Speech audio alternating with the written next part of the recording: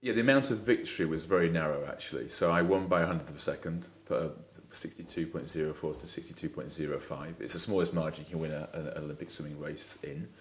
And it's interesting because I still won, but if I think about the planning that had gone into that, I talk about mastering different things, elements. Well, one of the things I tried to master was my spin around the wall, my turn. So breaststroke, you touch the wall with your hands, you flick around and you kick off.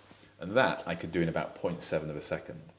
And I spent 3 months training 3 times a week for 10 minutes every session on the turn to try and drop from 0.7 to 0.6. I did. So before the 88 Olympics, I was now capable of going a tenth of a second faster on the turn.